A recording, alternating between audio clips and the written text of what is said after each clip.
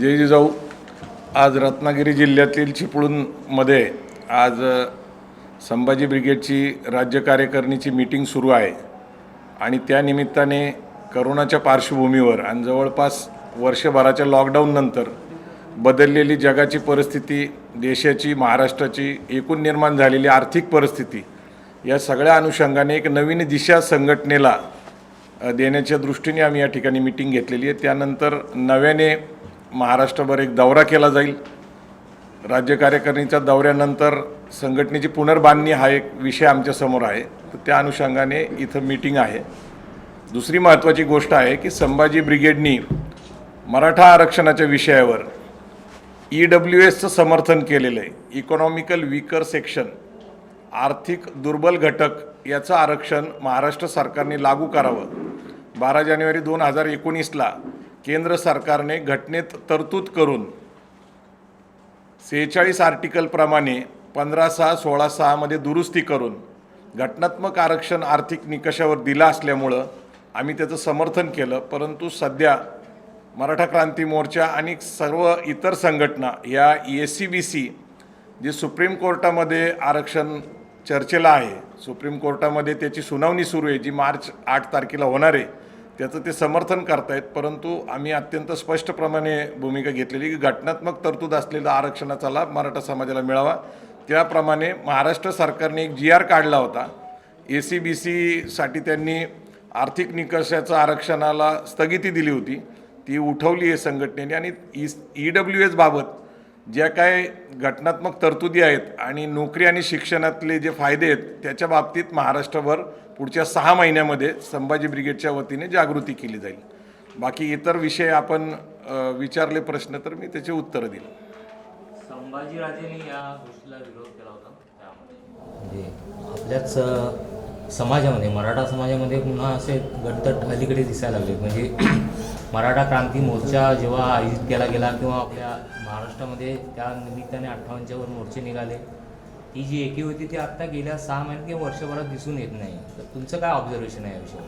ते मुळात संभाजी ब्रिगेड एक संघटनात्मक विषय घेऊन चालणारी संघटना आहे. त्याची एक बॉडी आहे, तिचा एक कार्यक्रम आहे आणि त्या अंतर्गत तज्ज्ञ लोकांशी चर्चा करून खऱ्या अर्थाने कुठलं आरक्षण टिकणार आहे, EWSचं टिकणार आहे का SCBCचं, त्याच्या ज्या घटनात्मक तरतुदी आहेत, हायकोर्टाचे, सुप्रीम कोर्टाचे डायरेक्शन्स आहेत, त्याचा अभ्यास केल्यानंतर भावनिक विषयाला आहारी न जाता अत्यंत कायदेशीरदृष्ट्या रास्त भूमिका संभाजी ब्रिगेडनी घेतली. ही गोष्ट खरी आहे की मराठा क्रांती मोर्चाच्या निमित्ताने त्यावेळेस 2016ला 58 मोर्चे निघाले आणि त्यांची मागणी होती की मराठा समाजाला आरक्षण मिळावं. परंतु त्यावेळेस सुद्धा आपल्याला सगळ्यांना माहिती असलं पाहिजे की SC, ST आणि OBC एवढंच आरक्षण उपलब्ध होतं. त्यावेळेस आर्थिक निकषाची घटनात्मक तरतूद असलेलं आरक्षण लागू झालेलं नव्हतं. OBC मध्ये महाराष्ट्रात 404 जाती आहेत, ज्या की पूर्वी 180 जाती होत्या. अगदी मराठा समाजाची सगळ्यात जवळची जात म्हणजे ज्याला आपण साम्य म्हणतो, मराठा आणि कुणबी एकच आहे, ते कुणबी सुद्धा OBC मध्ये आहेत, माळी सुद्धा OBC मध्ये आहेत. मग EWSच्या आरक्षणाचा विचार केला तर 404 जाती OBC मध्ये आणि EWS मध्ये फक्त ब्राह्मण, सारस्वत, कायस्थ आणि मराठा आणि इतर ज्या 13% जाती आपण म्हणतो त्या जाती नाही तर अल्पसंख्याक धर्म आहेत. मुस्लिम, ख्रिश्चन, ज्यू, पारसी, बौद्ध, जैन अशा प्रकारचे धर्म आहेत की जे अल्पसंख्याक म्हणून त्यांच्या शिक्षण संस्थांना, त्यांच्या वेगवेगळ्या संस्थांना सवलती आणि त्यांना फायदे मिळतात. त्यामुळं 10% आर्थिक निकषाच्या आरक्षणामध्ये ब्राह्मण आणि मराठा या 2च जाती राहतात. त्यामुळं मराठा समाजाला मोठ्या प्रमाणात स्पेस आहे. मराठा समाजाची जी 32% लोकसंख्या सांगितली जाते ती मराठा आणि कुणबी आहे. विदर्भात 90% लोक कुणबी आहेत. तुम्ही खानदेशात गेला तर तिथं 80% लोक कुणबी आहेत. आणि याचं कारण डॉक्टर पंजाबराव देशमुखांनी त्या काळामध्ये घटना समितीमध्ये काम केलं होतं आणि OBCच्या आरक्षणाची तरतूद आणि त्याला डोळ्यासमोर ठेवून कुणबीसाठी त्यांनी जागृती केली होती. पश्चिम महाराष्ट्र आणि मराठवाड्यामध्ये मराठा नावाच्या नोंदी आहेत, पण पश्चिम महाराष्ट्रात पुण्यापासून कोल्हापूरपर्यंत जर आपण 1947 पूर्वीचे दाखले काढायचा प्रयत्न केला तर नोंदणी सगळ्या कुणबी सापडतात. म्हणजे जातीय जनगणना 1881 ते 1931 पर्यंत झालेली आहे. आणि जसं जसं मराठा समाज कुणबीवरून मराठा झाला हे आपल्याला सगळं दिसतं. त्यामुळं पश्चिम महाराष्ट्रात मोठ्या प्रमाणामध्ये ओबीसीचं मराठा कुणबीचं सर्टिफिकेट काढलेले आहे. असे अनेक उदाहरणं देण्यासारखी आहेत. मराठा समाज ओबीसी मधून आरक्षण घेतोय. प्रवीणजी, माझा प्रश्न स्पेसिफिक आहे. आपण आता हे ह्याच्या मुद्द्यावर, आपण आरक्षणच्या मुद्द्यावर आणि ह्या विषयावर आपण मोर्चे काढले. 58 मोर्चे मराठा समाजाने निघाले. संभाजी ब्रिगेड ही बहुजन समाजाचं प्रतिनिधित्व करणारी संघटना आहे. बरोबर आहे. अशा वेळी तुम्ही जेव्हा आता स्पेसिफिक मराठा समाजाची जेव्हा बाजू लावून धरताय EWSच्या विषयावरून, तर तो घटक नाराज होईल का, हा माझा पहिला प्रश्न. आणि दुसरा प्रश्न असा आहे की जे आरक्षणावरून आता 2 गट पडायच्या, 2-4 गट जे निर्माण झाले, जसा ठोक मोर्चा निघाला, अन्य काही गोष्टी निघाल्या आहेत, तर ह्या सगळ्याला एकत्रीकरण कसं करणं शक्य आहे? त्याच्यासाठी संभाजी ब्रिगेड पुढे येणार आहे का? सगळ्यात महत्वाची गोष्ट, मराठा विरुद्ध ओबीसी, ज्यावेळेस मराठा समाजाचा ओबीसीत समावेश करा असा आग्रह केला जातो, त्यावेळेस ओबीसी मधनं त्याला प्रतिकार केला जातो, त्याला विरोध केला जातो. हा मराठा विरुद्ध ओबीसी संघर्ष थांबला पाहिजे आणि तो झाला नाही पाहिजे, म्हणून EWSची मागणी आमची अत्यंत रास्त आहे. जर आम्ही ओबीसीत जायचा प्रयत्न केला तर ओबीसी मधनं प्रतिकार होतोय आणि संघर्ष उभा राहतोय. म्हणून संभाजी ब्रिगेडची सामाजिक बहुजन समाजाची भूमिका कायम ठेवून EWSची मागणी केली गेली की EWS मध्ये एकदा आम्ही गेलो, EWSचं आरक्षण आम्ही स्वीकारलं, तर ओबीसी विरुद्ध मराठा संघर्ष उभा राहण्याचं काही कारण राहत नाही. राहिला प्रश्न इतर मराठा संघटनेच्या बाबतीत, तर 8 मार्च नंतर मी तुम्हाला 100% सांगतो की सुप्रीम कोर्टामध्ये हे ACBCचं आरक्षण टिकणार नाही. कारण अशाच प्रकारे जाट, पटेल, गुज्जर आणि आंध्र प्रदेशमध्ये मुस्लिम समाजाला हायकोर्टामध्ये आरक्षण टिकलं होतं. कारण हायकोर्टामध्ये युक्तिवाद झाले होते, ते घटनेच्या तरतुदीवर नाही. घटनापीठाकडे ज्यावेळेस एखादा विषय जातो आणि घटनापीठाकडे गेल्यानंतर घटनेतल्या तरतुदीप्रमाणे तपासणी केली जाते, त्यावेळेस सुप्रीम कोर्टामध्ये गुज्जर, पटेल, जाट आणि मुस्लिमांचं आरक्षण रद्द झालं. त्याचा इतिहास पाहता ACBCचं आरक्षण सुद्धा सुप्रीम कोर्टामध्ये टिकण्याचा भरोसा नाही. दुसरी गोष्ट, जाटांनी सुद्धा मोठी आंदोलनं केली होती, पटेलांनी केली होती, गुज्जरांनी पण केली होती, देशभर पाहिले. परंतु आज त्यांचं कुठलंही आंदोलन दिसत नाही, कारण EWSच्या आरक्षणाचा त्यांनी स्वीकार केलेला आहे. तशाच प्रकारे मराठा समाजाने स्वीकारलं केलं पाहिजे, कारण ते पण शेतकरी जाती आहेत, क्षत्रिय जाती आहेत. हे तुम्ही संभाजीराजांना किंवा अन्य काही यांना समजावून सांगणार आहात का? नाही, मूळ प्रश्न कसा आहे की हा देश लोकशाहीप्रमाणे चालतो. समाजकारणाचं नातं राजकारणाशी जोडलं जातं. ज्यांचे राजकीय हितसंबंध वेगवेगळ्या पक्षाशी जोडलेले आहेत, तर पक्ष संघटना अशा प्रकारचं जॉईंटली प्रोग्राम घेऊन जातं. आता जे काही आंदोलन महाराष्ट्रात मराठा आरक्षणाच्या निमित्ताने चाललेलं आहे, हे 100% भाजप पुरस्कृत आहे आणि ते नैसर्गिक आहे.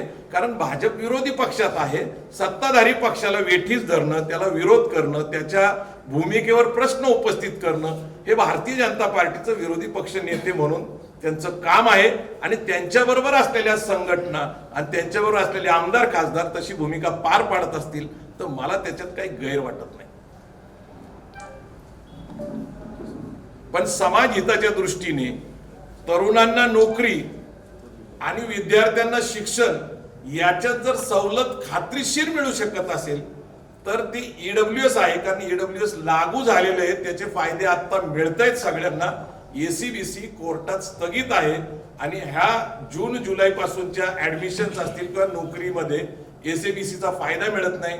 आज जे मिळतंय त्याचा आपण फायदा घ्यावा अशी माझी भूमिका आहे. ही भूमिका घ्यायला फार वेळ लागला असं वाटत नाही का? नाही, कुठल्याच कारणाने वेळ नाही. मी तुम्हाला पहिल्या दिवशीपासून सांगतोय, 12 जानेवारी 2019 पासून बदललेली परिस्थिती, बदललेले कायदे, बदललेल्या घटनेचा अभ्यास करता हा देश जर राज्यघटनेप्रमाणे चालला पाहिजे असं आपल्याला वाटत असेल तर राज्यघटनेने बदललेला कायद्याचा स्वीकार करून या देशामध्ये शांतता आणि स्वास्थ्य लाभलं पाहिजे. जाती जातीमध्ये धार्मिक तेढ निर्माण नाही झाले पाहिजे. ओबीसी विरुद्ध मराठा, मराठा विरुद्ध दलित अशा प्रकारचे संघर्ष उभे राहू नये म्हणून आम्ही EWSचा स्वीकार केलेला आहे. हे तुम्ही बोललात आता एक मुद्दा मांडला की ओबीसी आणि मराठा संघर्ष लागू नये, परंतु दुसऱ्या बाजूला एक गोष्ट ओबीसी नेते हे सांगतायत की आमच्या याच्यामध्ये आरक्षण न मिळता स्वतंत्र जे आरक्षणाची तरतूद व्हावी, या लोकांचं म्हणजे तुम्ही बहुजनांचं प्रतिनिधित्व करायला जाताय किंवा करताय गेली अनेक वर्ष, तर या लोकांना तुम्ही एकत्र करणार आहात का हे समजून सांगण्यासाठी? निश्चितच आम्ही महाराष्ट्राच्या दौऱ्यामध्ये विविध ओबीसी, एससी, एसटी सगळ्या संघटनेशी संवाद साधतोय. माझा तर तसा त्यांच्याशी विविध कार्यक्रमाच्या निमित्ताने संवाद आहेच. न्याय हक्क मिळत असताना नवीन काही संघर्ष उभे राहू नये अशी अपेक्षा आहे. पण आम्ही संयुक्तिकरित्या आता तुमच्या माहितीसाठी सांगतो की 13 फेब्रुवारीला अहिल्याबाई होळकरांचं पुतळ्याचं अनावरण आम्ही जेजुरी गडावर करतोय. त्याची संपूर्ण जेजुरी गडावरची जी ट्रस्ट आहे ती संभाजी ब्रिगेडच्या मार्गदर्शनाखाली चालती. आणि अहिल्याबाई होळकरांच्या पुतळ्याचं अनावरण करत असताना आम्ही जी भूमिका घेतलेली आहे त्याचं प्रचंड स्वागत ओबीसी समाजामध्ये झालेले. आदरणीय शरद पवार साहेब, युवराज यशवंतराव होळकर, युवराज छत्रपती संभाजीराजे सुद्धा त्या ठिकाणी निमंत्रित आहेत. आणि भविष्यामध्ये बहुजन समाजामध्ये एकोपाचं वातावरण निर्माण होईल यासाठी आम्ही 13 तारखेला जेजुरी गडावरनं कार्यक्रमाची सुरुवात करतो. अहिल्याबाई पुतळ्याचं उद्घाटन करू. मराठा आरक्षण हा जो विषय आहे त्या व्यतिरिक्त बहुजन समाजासाठी आणखी कोणते कोणते तुमचे कल्पना आहेत? नाही, मुख्यतः आमचा आजचा संघटनेचा हेतू हा गेली 4-5 वर्षापासून आर्थिक सक्षमीकरण कार्यकर्त्यांचं आणि समाजाचं आहे. कारण आपण समाज प्रबोधनासाठी इतिहासातल्या गोष्टीवर भरपूर बोलतो, जाती समाजामधल्याबद्दल बोलतो, परंतु आर्थिक सक्षमीकरण हा जो कार्यक्रम आहे तो आपल्या प्रत्येक तरुणाच्या डोक्यात घातला पाहिजे. आणि आर्थिक सक्षमीकरणासाठी आम्ही अगदी गाव पातळीपासून अगदी शेतीविषय असेल, देशातल्या वेगवेगळ्या सरकार जिल्हा परिषद पर्यंतचे सवलतीचे विषय असेल त्याची जागृती करतोय. मिटकॉन सारख्या कंपनीबरोबर आम्ही काम करतोय छोटे मोठे उद्योग करण्यासाठी. आणि सगळ्यात महत्त्वाची गोष्ट असे की मी आंतरराष्ट्रीय स्तरावर जगभरात उपलब्ध झालेल्या जागतिकीकरणाच्या ज्या गोष्टी आहेत त्या म्हणजे नोकरी आणि व्यवसाय आणि उद्योग परदेशामध्ये त्याची सुद्धा आम्ही 5-6 वर्षापासून जागृती करतोय. अहद ऑस्ट्रेलिया, तहत कॅनडा, अवघा मुलूक आपला असा व्यापक वैश्विक आपण विचार दिलेला आहे. यातनं आतापर्यंत 650 पेक्षा जास्त मुलं परदेशात गेलेत, 300 पेक्षा जास्त मुलं परदेशात शिक्षणासाठी झाले. हे तर उदाहरणादाखल मी तुम्हाला सांगितलं. आमच्याशी संपर्कात असलेल्या लोकांचा आकडा सांगितला. परंतु या विचाराने जी काय आम्ही मांडणी केलेली, मी 50 पेक्षा अधिक भाषणं याच विषयावर केलेली की बदललेली जागतिक परिस्थिती. सगळ्यात महत्वाची गोष्ट, आरक्षण 90ला लागू व्हायला पाहिजे होतं पण ते कोर्टात गेलं, ते 93ला चालू झालं मंडल कमिशनचं. पण 91ला आपण जागतिकीकरण स्वीकारलं, लिबरायझेशन, प्रायव्हेटायझेशन, ग्लोबलायझेशन. समाजवादी, साम्यवादी, पुरोगामी चळवळीने त्याला विरोध केला, ACZला सुद्धा विरोध केला. पण ते काय थांबलं का? तर 2000 नंतर तुम्ही जर देशाचं अर्थकारण बघितलं बदललेलं तर ते लिबरायझेशन, प्रायव्हेटायझेशनमुळे, ग्लोबलायझेशनमुळे झालेलं आहे. जो काही विकास असेल किंवा जी काही प्रगती आहे, आज पुण्यासारख्या तुम्ही ठिकाणी आला तर हिंजवडी आहे, मगरपट्टा आहे, खराडी आहे. 3.5 लाख तरुण हे IT मधून तिथं नोकरी करतात आणि 1 लाख पेक्षा महिन्याला जास्त पगार घेतात. पण 80% जास्त लोक हे महाराष्ट्राच्या बाहेरून आलेले लोक आहेत. म्हणजे तुमच्याकडं उद्योग निर्माण झालेला आहे ITचा, म्हणजे तुमच्याकडे कंपन्या आलेल्या आहेत, तुमच्याकडे मोठं क्षेत्र तयार झाले. पण मराठी माणसामध्ये नव्याने जी जागृती करायला पाहिजे, या बदललेल्या भूमिका, बदललेल्या नोकरी, पारंपरिक नोकरी शिक्षकाची होती, पोलिसाची होती, सैन्यात भरतीची होती, कालांतराने त्या बदलल्या. मग UPSC MPSC कडे एक वर्ग वाढला. पण आता जागतिकीकरणाने निर्माण झालेली स्पर्धा आणि निर्माण झालेल्या नवीन आता आर्टिफिशियल इंटेलिजन्स असेल किंवा ते कार्टून्स वगैरे बनवणे ते असेल, तर याच्याकडे आम्ही लोकांची दिशा वळवतोय. बेरोजगारीचं प्रमाण कमी करून अर्थकारण जास्त सक्षम केलं पाहिजे. ही सध्या पुढच्या भविष्यातली मराठा समाजाच्या आरक्षणाची असेल किंवा बहुजन समाजाच्या संघर्षाची विषय असेल, ते आता हळूहळू थांबून पुढच्या काळामध्ये आर्थिक सक्षमीकरण झालं पाहिजे. मी काल जस्ट एक माहितीसाठी सांगतो की पुण्यासारख्या कोरेगाव पार्कमध्ये मतदान 22% पेक्षा जास्त होत नाही. जे होतं ते तिथल्या स्लम मधनं होतं. कोरेगाव पार्कमध्ये एक छोटा स्लम आहे त्यांचं होतं.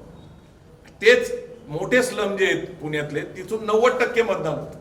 एकतर ते पैसे देऊन मतदान केलं जातं किंवा त्यांना अपेक्षा आहे म्हणून केलं जातं. म्हणजे आर्थिक सक्षम माणूस झाला की तो सरकारच्या वर फारसा अवलंबून राहत नाही आणि त्यामुळं धार्मिक आणि जातीय तेढ निर्माण होत नाही. म्हणून आर्थिक सक्षमीकरण हाच आम्हाला चांगला पर्याय दिसतो. साहेब, तुम्ही मागे शेकापमध्ये होता, त्यानंतर तुम्ही पुण्यामध्ये लोकसभेत लोकसभेसाठी तुम्ही काँग्रेसमधून प्रयत्न केला, याच्या पुढे काय तुमचं भूमिका? नाही, मुळात काय आहे की संभाजी ब्रिगेड राजकीय पक्ष होऊ नये ह्या भूमिकेतनं शेतकरी कामगार पक्षाबरोबर जर आपण गेलो तर काँग्रेस राष्ट्रवादी काँग्रेसच्या आघाडीमध्ये संभाजी ब्रिगेडच्या सामाजिक कार्यकर्त्यांना शेतकरी कामगार पक्षाच्या माध्यमातून राजकीय प्रतिनिधित्व मिळेल ही माझी भूमिका होती. परंतु आमचे जे वरिष्ठ लोक आहेत त्यांचं असं मत झालं की शेतकरी कामगार पक्ष हा जुना आहे किंवा सध्याच्या स्थितीत खूप छोटा पक्ष आहे. आपण जर संभाजी ब्रिगेड एवढी मोठी संघटना आहे तिला जर राजकीय पक्ष केला तर त्याचा जास्त फायदा होईल, पण तसं काही झालं नाही. शेतकरी कामगार पक्ष आणि संभाजी ब्रिगेड, मराठा सेवा संघ, जिजाऊ ब्रिगेड आणि ज्या सामाजिक चळवळी एकत्र येऊन सत्यशोधक विचाराच्या शेतकरी कामगार पक्षाची पुनर्बांधणीचा तो विचार होता. पण पुण्यात लोकसभा लढण्याची माझी इच्छा होती असं नाही. मावळमध्ये शेतकरी कामगार पक्षाचा उमेदवार उभा शेतकरी कामगार पक्षाचा राहत होता.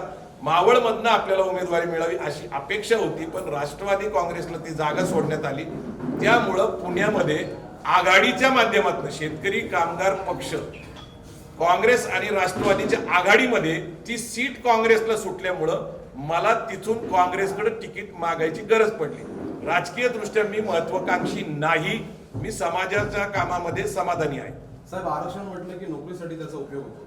कोकणातल्या मराठा समाजातले जे तरुण आहेत ते उद्योगाकडे वळावेत यासाठी आपला मराठा समाज किंवा संभाजी ब्रिगेड काय प्रयत्न करणार आहे? नाही, काय झालंय माहिती का की कोकणातली सर्वसाधारणपणे चाकरमानची जी मानसिकता आहे ते धोका स्वीकारत नाही. म्हणजे मी जे काही तुम्हाला सांगतो की सायकोलॉजी ऑफ मनी नावाचं पुस्तक आहे. सायकोलॉजी ऑफ मनीमध्ये स्पष्ट नमूद केलेले की तो माणसाची जडणघडण, त्या परिसराचा त्याच्यावर असलेला प्रभाव आणि मुख्यतः कोकणामध्ये काय झालेलं आहे की ती मानसिकता नोकरीकडची मुंबईमुळे झालेली ती बदलणं, त्यांच्या मानसिकतेमध्ये आपल्याला हा विषय देणं छोट्या मोठ्या उद्योगाचं. तर प्रबोधन हा त्यातला एक भाग आहे. पहिल्या टप्प्यामध्ये आम्हाला आर्थिक सक्षमीकरणाच्या माध्यमातून त्यांना छोट्या मोठ्या उद्योगाचं महत्त्व सांगावं लागेल आणि मग हळूहळू त्यांना आपण त्याच्याकडे वळू शकतो. पण गेली 40 वर्ष आरक्षणच आपलं भविष्य आहे असं समजून जो समाज आडून पडला होता त्याला आरक्षणाच्या मानसिकतेतनंच पहिल्यांदा बाहेर काढावं लागेल. 42 तरुणांनी ज्यावेळेस आत्मबलिदान केलं याचा अर्थ त्यातनं नैराश्य आलेलं आहे, प्रेरणा मिळालेली नाही. आरक्षणातनं प्रेरणा अपेक्षित आहे, नैराश्य अपेक्षित नाहीये. पण एकदा आरक्षणाचा हा मुद्दा 8 मार्च नंतर मागं पडला, ईडब्ल्यूएसच्या आरक्षणाच्या सवलती जर मराठा समाजाला मिळायला लागल्या तर हळूहळू आरक्षणाचा विषय बाजूला पडेल आणि मग नवनिर्मितीच्या माध्यमातून आम्ही काही उद्योग, व्यवसाय, नोकरी जसं परदेशामध्ये आम्ही करतोय आता हळूहळू. आरक्षणामध्ये नेमकी संभाजी ब्रिगेड जी आहे ती नेमकी भूमिका काय आहे, काय पाहू शकतो? हे बघा, आरक्षणाचं आंदोलन 40 वर्षापासून चाललेलं आहे. ते मूळ मागणीच आर्थिक निकषाची होती 2007 पर्यंत मराठा महासंघ आणि छावा संघटनेची. आता आर्थिक निकषाची मागणी घटनात्मक तरतुदीने पूर्ण झाल्यानंतर परत ओबीसी मध्ये जाऊन नवीन संघर्ष उभा करण्याची संभाजी ब्रिगेडची इच्छा नाहीये. 10% पुरेसं आरक्षण आहे, कारण मी तुम्हाला सांगितलं की कुणबी म्हणून ऑलरेडी आरक्षण मिळतंय ओबीसी मधलं. मराठा कुणबी मराठाची 1 जून 2004 ला तरतूद झालेली आहे. उरलेले जे मराठा समाज आहे ज्यांना ओबीसी मधनं आरक्षण मिळत नव्हतं त्यांना जर आरक्षण ईडब्ल्यूएसच्या माध्यमातून मिळत असेल तर मला असं वाटतं की पुरेसं समाधानकारक आरक्षण मराठा समाजाला मिळतं. प्रवीणजी, की मग हे आंदोलन करून मग एवढा उपयोग काय झाला असा मोठा प्रश्न उपस्थित राहतोय ना. नाही, एक लक्षात घ्या की 2016 पर्यंत जर तुम्ही बघितलं तर मराठा समाजाचं आंदोलन होतं, जाटांचं होतं, गुज्जरांचं होतं, पटेलांचं होतं. त्या काळामध्ये एनडीएचं सरकार, युपीएचं सरकार होतं. त्यामुळे घटनात्मक कुठलाही बदल करायचा ठरवलं तर 2/3 बहुमत होत नव्हतं. मी माहितीसाठी सांगतो की नरसिंहराव सरकार असताना शरद पवार साहेब आणि अर्थमंत्री मनमोहन सिंग यांनी आर्थिक निकषाचं 10% आरक्षण दिलं होतं. मान्य. मला प्रश्न असा आहे की तुम्ही आता म्हणताय की ईडब्ल्यूएस आरक्षण पुरेसं आहे 10%. मग एवढं महाराष्ट्रात जे मोर्चे निघाले मग त्याचा उपयोग नाही. त्यातनंच मिळाले ना.